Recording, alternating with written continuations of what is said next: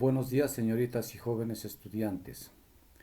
En esta ocasión se les va a orientar cómo calcular las medidas de tendencia central para datos agrupados, tomando en cuenta que los datos agrupados se caracterizan por aplicarse para una cantidad de datos estadísticos mayor que 20, los mismos que son agrupados en intervalos para analizarlos de manera más simple, resumiendo la información.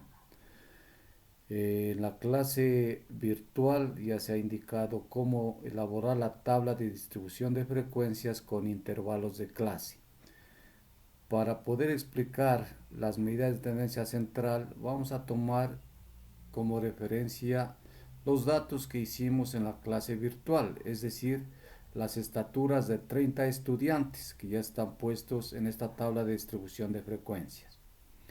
Bien, en primera instancia vamos a explicar cómo se calcula la media aritmética con datos agrupados.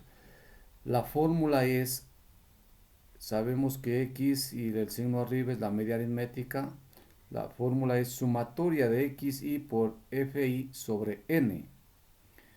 Es decir, que en esta tabla de distribución de frecuencias necesitamos una nueva columna de tal manera que multiplique xi por fi, es decir, la marca de clase xi por la frecuencia absoluta por fi. Multiplicamos 151 por 1, 157 por 10, 163 por 5, 169 por 14 y tenemos dos valores. Entonces la fórmula funciona así. Reemplazamos y nos va a quedar la sumatoria de 4902 dividido para 30, que es la sumatoria de la frecuencia sobre el número de estudiantes. Entonces, al dividir nos sale 163,40. Esta es la media aritmética.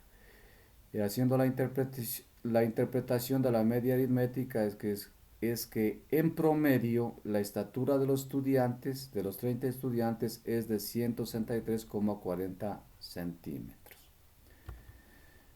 Bien, para calcular la mediana con datos agrupados tenemos aquí la fórmula, ¿sí?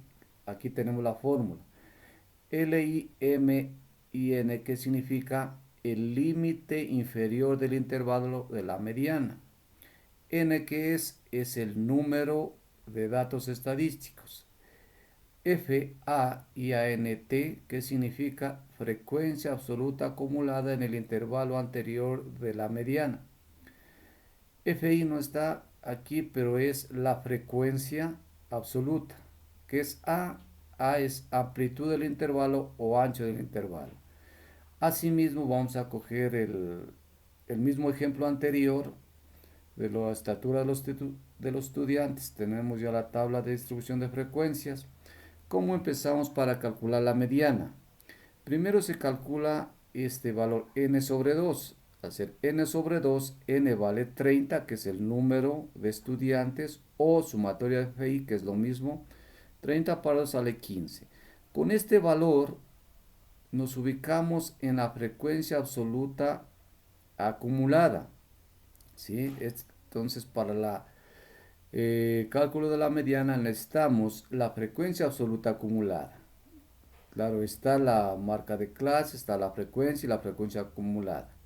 Entonces nos ubicamos en la frecuencia absoluta acumulada con este 15. Nos salió 15, entonces vamos a trabajar con este intervalo. ¿Sí? Con este intervalo. Supóngase que si hubiese salido 14,5, entonces de igual manera con esto, con este intervalo. Si vamos a trabajar con estos dos intervalos, con este y con este. Así con los dos. Si sale, por ejemplo, 11,5 con este intervalo. Si hubiese salido 8, tendríamos que calcular con estos dos intervalos. Así. Listo.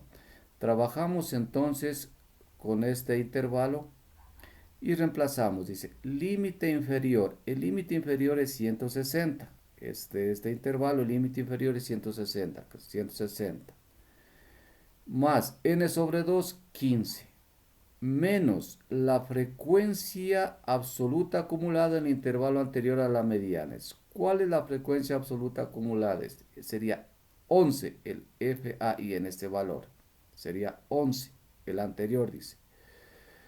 sobre FI, que es la FI es la frecuencia, esta es la frecuencia del intervalo, es este valor, frecuencia absoluta. Y por el ancho del intervalo es 6, el ancho del intervalo es de 160 a 166, hay 6 de ancho de intervalo por 6. Hacemos la operación 160, todo esto haciendo la operación 15 menos 11, 4 por 6, 24 dividido para 5, 4,8, sumamos, sale 164,8. Esta sería la mediana, ¿sí? Es la mediana.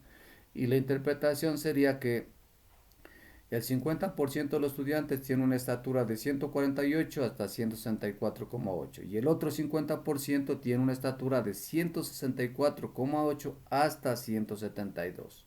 Es la interpretación de la mediana. Entonces, ese es el proceso.